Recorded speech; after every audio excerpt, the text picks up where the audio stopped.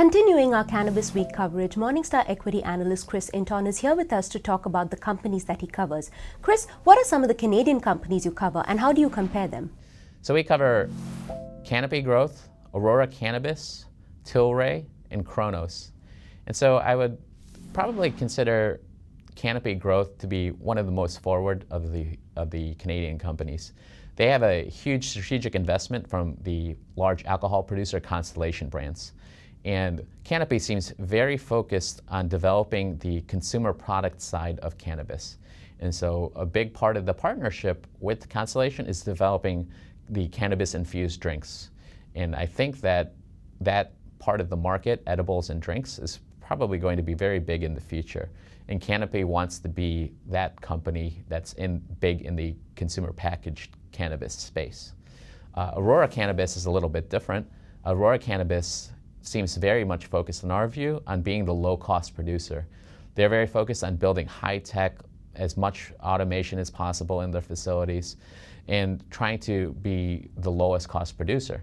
Of the four Canadian companies we cover, it's actually the one that's lacking a strategic partner right now, although they're still looking for their big major investment.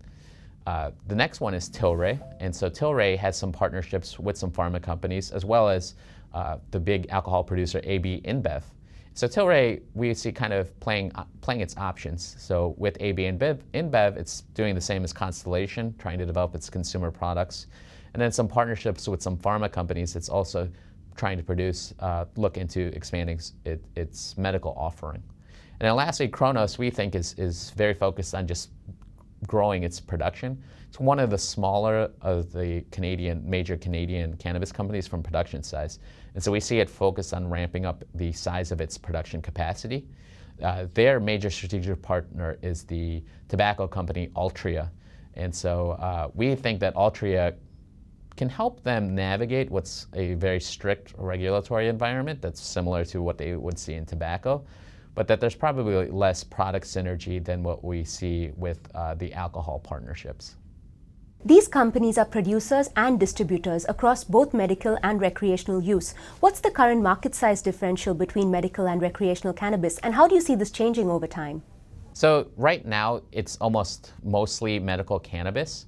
And that's simply to reflect the fact that the Canadian recreational laws only passed late in 2018, and that the distribution is still expanding at this point.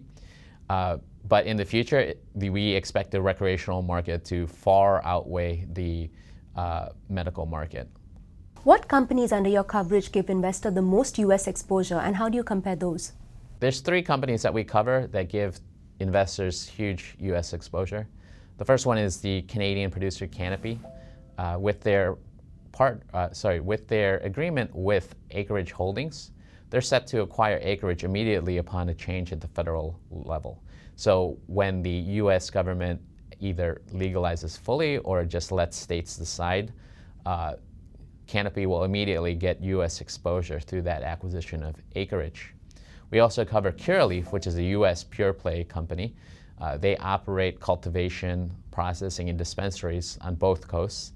And so from a investment exposure, it gives investors a pure U.S. exposure. And lastly, we have Scotts Miracle-Gro. And so Scotts Miracle-Gro is interesting and very different than the other companies we cover. Right now, the cannabis exposure is relatively low. But by 2030, we think that about 30% of its operating profit will come to cannabis. And this is probably a unique way to invest in cannabis because it doesn't, quote unquote, touch the plant. What Scotts is doing is selling equipment and different supplies that the cultivators need in order to grow cannabis. And so it will see growth as a derivative of the growth in the cannabis industry. So investors do get to enjoy that cannabis growth, but not actually having to touch the plant directly. Thank you, Chris. For Morningstar, I'm Ruth Saldana.